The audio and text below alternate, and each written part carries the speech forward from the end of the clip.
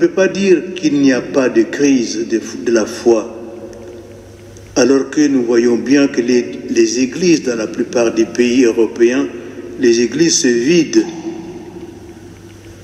À titre d'exemple, en Allemagne, chaque année, il y a 200 000 catholiques qui quittent l'Église catholique. Et pareillement, 300 000 protestants qui quittent l'Église protestante. La baisse de la foi en la présence réelle de Jésus-Christ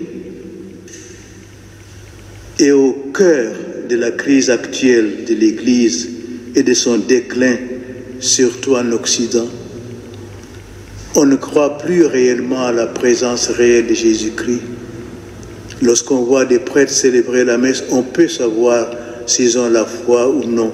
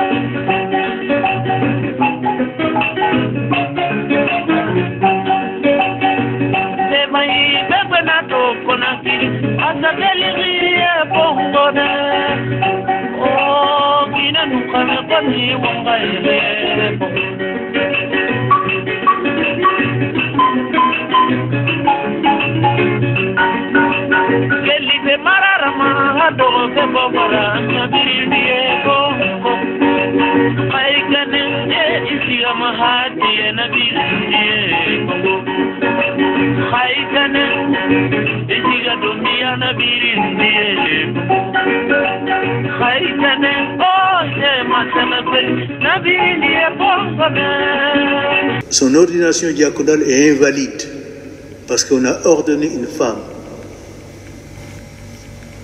C'est ainsi que nous avons arrêté l'ordination d'une femme en France. Et notre cas, une fille de 13 ans, c'était là il y a 2 ans, elle s'est préparée à la confirmation. L'évêque nous écrit, bien voilà, cette fille va changer, c'est une fille, elle va devenir homme. Son traitement est commencé, ses parents sont d'accord. Je confirme une fille ou un homme, un homme. Je lui ai écrit, mais une personne qui se révolte contre Dieu, parce que la révolte, c'est le péché, c'est la révolte contre Dieu. C'est nier ce que Dieu m'a fait. C'est dire, tu m'as fait femme, tu as mal fait Seigneur, moi je vais devenir homme. Eh bien, ne confirme pas cette femme-là. À moins que vous la convainquiez qu'elle reste fille. Ce sont des cas qui peuvent nous arriver bien souvent aujourd'hui. Et donc, voyez-vous, en même temps qu'on combat contre les mutilations génitales, en Occident, on légalise cette mutilation.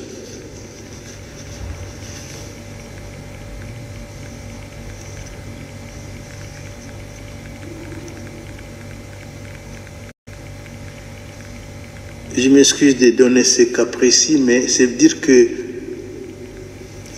ce que j'écris, c'est par une longue observation, un diagnostic précis, réel, objectif, et je vais tout simplement attirer l'attention des Occidentaux qu'ils vont vers une dérive irréparable si on n'arrête pas de vouloir transformer l'homme en le faisant Dieu. On ne peut pas dire qu'il n'y a pas de crise de la foi, alors que nous voyons bien que les églises dans la plupart des pays européens, les églises se vident. À titre d'exemple, en Allemagne, chaque année, il y a 200 000 catholiques qui quittent l'Église catholique. Et pareillement, 300 000 protestants qui quittent l'Église protestante. La baisse de la foi en la présence réelle de Jésus-Christ est au cœur de la crise actuelle de l'Église et de son déclin, surtout en Occident. On ne croit plus réellement à la présence réelle de Jésus-Christ. Lorsqu'on voit des prêtres célébrer la messe, on peut savoir s'ils ont la foi ou non. Lorsqu'ils tiennent l'Eucharistie, on peut savoir s'ils ont la foi ou non. Lorsqu'ils brutalisent les gens qui viennent demander la communion sur la langue, un prêtre qui les traite mal, ça veut dire qu'il ne sait pas ce qu'il tient dans ses mains.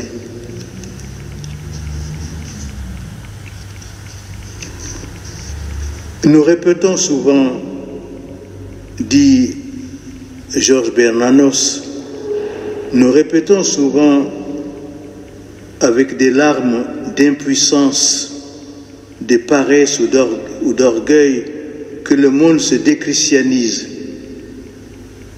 Mais le monde n'a pas reçu Jésus-Christ. C'est nous qui l'avons reçu pour lui. C'est de nos cœurs que Dieu se retire. C'est nous qui nous déchristianisons, misérables.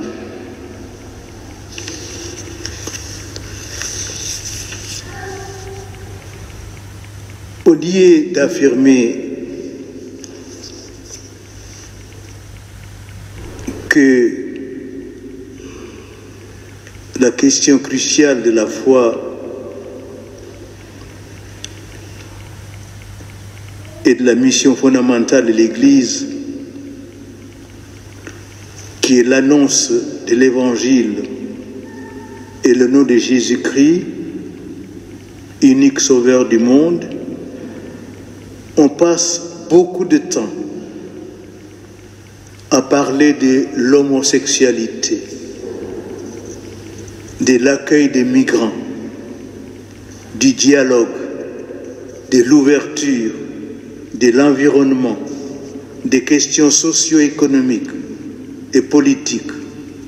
Et on organise toute une stratégie de pression pour faire changer l'enseignement de l'Église sur le célibat et sur la morale sexuelle.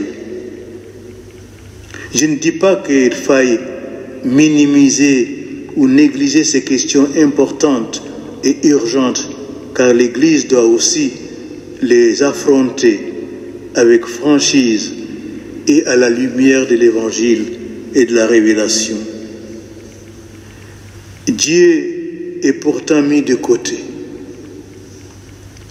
La crise spirituelle que nous traversons est presque mondiale, mais elle a sa source en Europe. Le rejet de Dieu est dans la conscience occidentale. Non seulement Dieu est rejeté, mais Friedrich Nietzsche, que l'on pourrait considérer comme le porte-parole de l'Occident, affirme que Dieu est mort. Dieu reste mort. Et c'est nous qui l'avons tué. Nous sommes les assassins de Dieu. À cette mort de Dieu, dans le monde des hommes, Nietzsche opposera la prophétie du surhomme, capable de remplacer Dieu. Aujourd'hui, l'homme a pris la place de Dieu. Il se fait Dieu. Il édicte des lois nouvelles. Ce que Dieu avait interdit, l'homme le légalise aujourd'hui. Tuer un enfant, c'est un mal, mais l'Europe légalise l'avortement.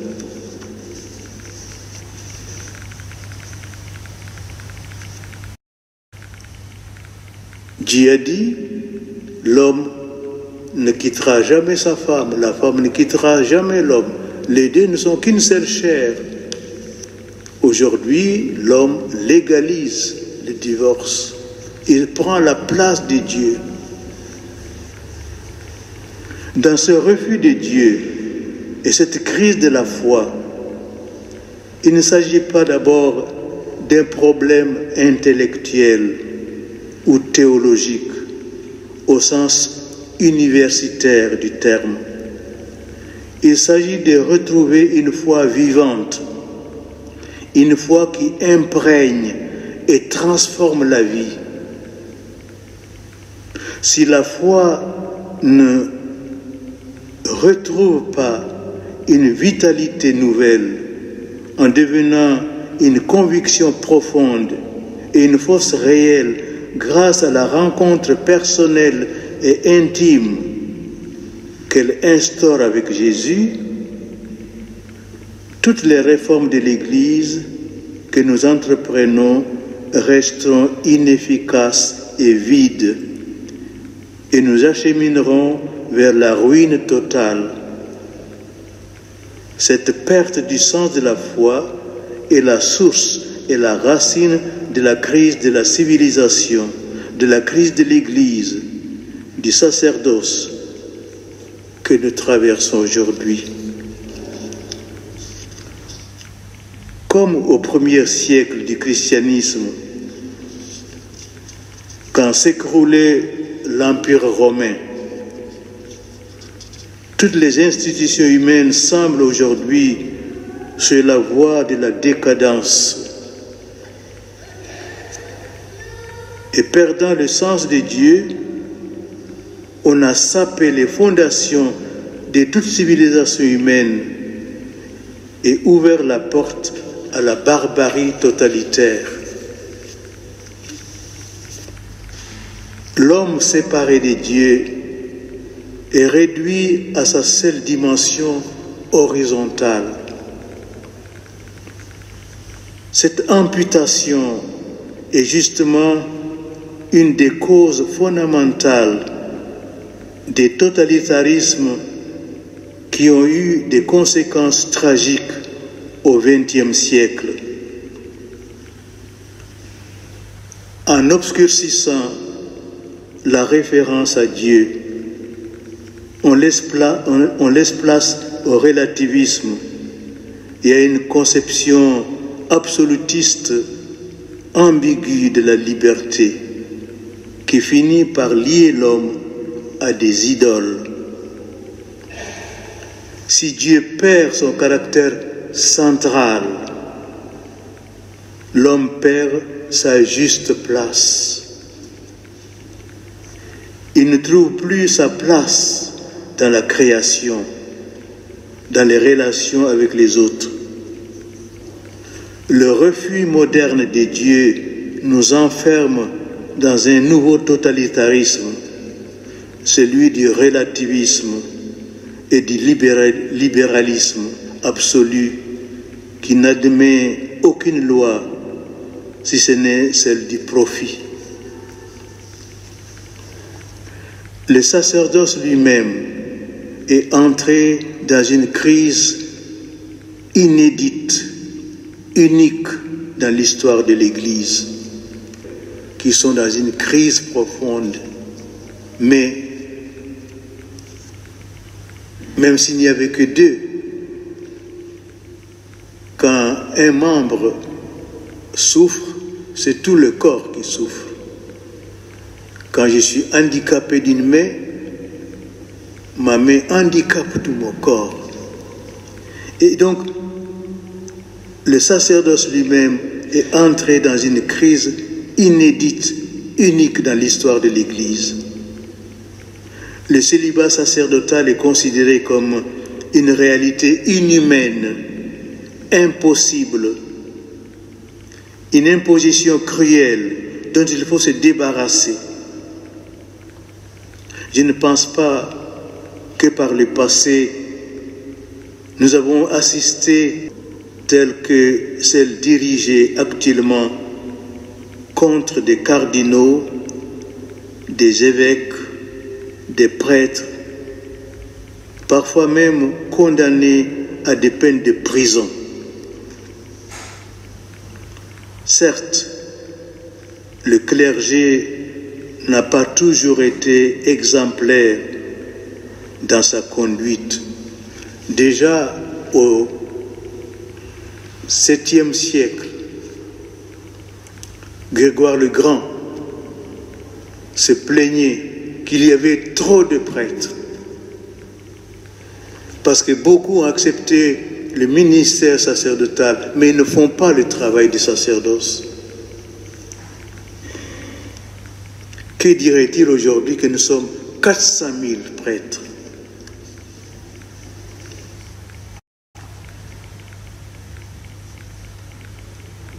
Mais reconnaissons que ce qui est orchestré de façon machiavélique et ce qui est réel aujourd'hui concernant le clergé est inédit et douloureux. Au cours de l'histoire du monde et des peuples, il ne semble pas qu'il ait existé une civilisation où des peuples ayant légalisé l'avortement, comme je disais tout à l'heure, l'homosexualité, l'euthanasie, où on démolit la famille et brisé le mariage à ce point, comme le fait l'Occident aujourd'hui. Ce sont pourtant des aspects essentiels de la vie humaine. S'il n'y a plus de famille, s'il n'y a plus de mariage, la société disparaît. Nous sommes dans une situation difficile et la crise est profonde, grave et dangereuse pour la survie de l'humanité. Le monde moderne est dans une crise qui menace mortellement notre avenir. Certes, nous ne devons pas ignorer les succès extraordinaires de l'Occident sur le plan de la science et de la technologie. En effet, il est de toute évidence que le monde moderne présente une extraordinaire intensité de vie intellectuelle avec des merveilleux et prodigieux progrès, le progrès fantastique d'une multitude de techniques mettant de plus en plus de moyens au service de l'homme sur toute la surface de la planète.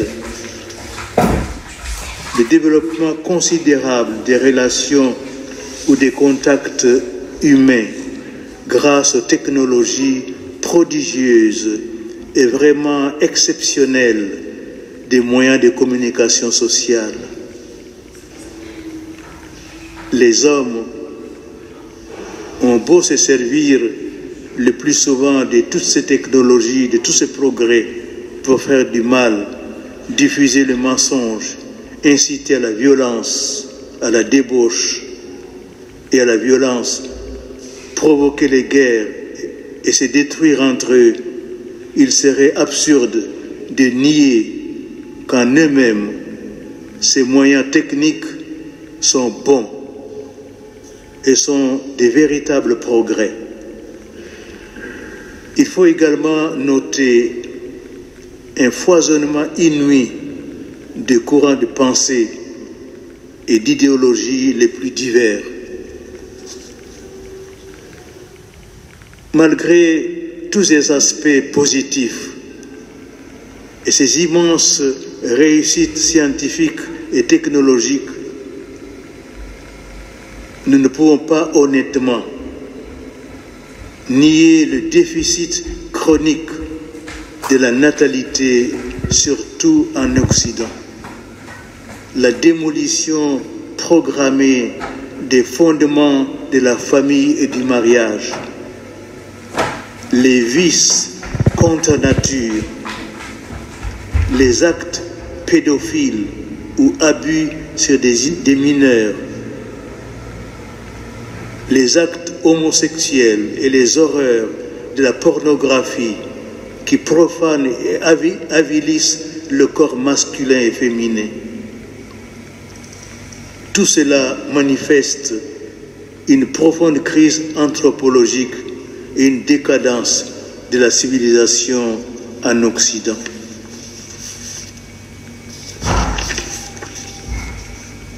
Comme disait le pape Benoît XVI, c'est un homme qui a vraiment été présent et a étudié l'Occident de manière profonde et sérieuse. On peut lui faire confiance lorsqu'il analyse la situation du monde occidental aujourd'hui. Il disait ceci: le mariage monogame, la structure fondamentale de la relation entre l'épouse et l'époux, ainsi que la famille conçue comme cellule de formation pour la communauté sociale, voilà ce qui fut modélé et porté de la foi chrétienne et de la foi biblique. L'Europe ne serait plus l'Europe si cette cellule fondamentale de l'organisme social disparaissait et se voyait totalement transformée. Nous savons tous à quel point le mariage et la famille se trouvent menacés. Ils le sont en raison des divorces rendus toujours plus faciles, ce qui en fait disparaître le caractère indissoluble. Ils le sont aussi en raison d'un nouveau comportement qui va se généralisant. La vie commune d'un homme et d'une femme sans la forme juridique du mariage. En bruyant contraste, voici maintenant des personnes homosexuelles qui réclament de façon paradoxale que leur vie commune soit juridiquement reconnue pour être plus ou moins assimilée à un mariage. Cette tendance nous fait sortir de l'histoire morale de l'humanité. Cette tendance nous fait sortir de l'histoire morale de l'humanité.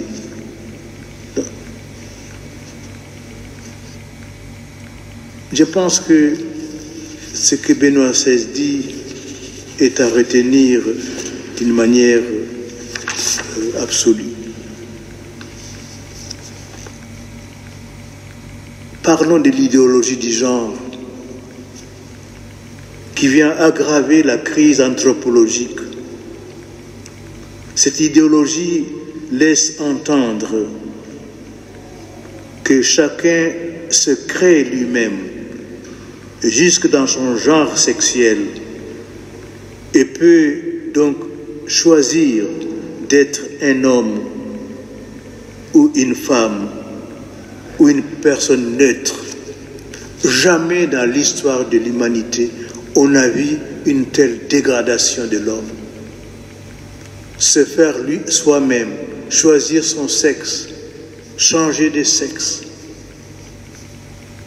L'idéologie du genre est par certains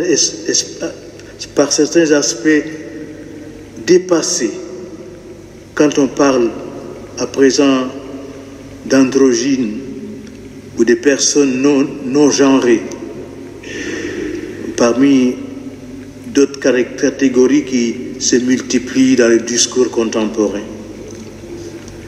Ainsi, nous pourrions être tout et rien au gré de nos humeurs intérieures de chacun.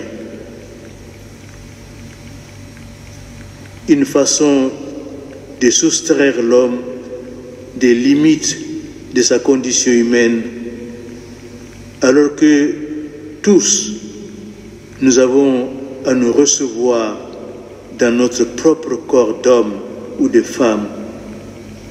Nous sommes donnés à nous-mêmes au lieu de croire que nous nous donnons à nous-mêmes, que nous nous créons nous-mêmes.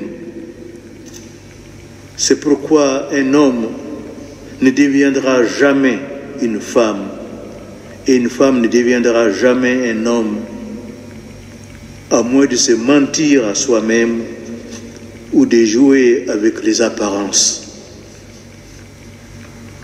Comment sommes-nous arrivés à une telle démence, à une telle crise? C'est parce que nous avons massivement rejeté Dieu. Dieu n'a plus de place dans nos sociétés.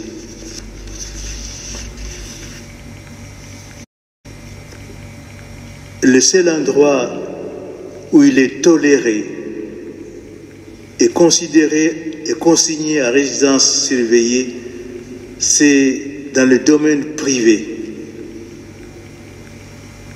L'homme a pris la place de Dieu. Il édicte des lois nouvelles en totale opposition aux lois de Dieu et à celles de la nature. L'homme occidental estime et permet que des hommes puissent légalement se marier entre eux et des femmes également entre elles, et que ces partenaires de même sexe puissent adopter des enfants, brisant et brouillant radicalement tous les systèmes de la filiation et de la parenté. Alors qu'on donne l'impression de lutter pour la suppression ou l'abolition de la peine capitale, c'est une comédie aujourd'hui. Tout le monde veut qu'on supprime la peine capitale. Au même moment, le meurtre des enfants à naître est devenu légal. L'avortement devenu un droit de la femme. On euthanasie légalement des personnes âgées ou des malades. Alors qu'on combat partout contre les mutilations génitales pratiquées inhumainement dans certains pays, conjointement, on légalise en Occident la mutilation des personnes qui veulent changer de sexe.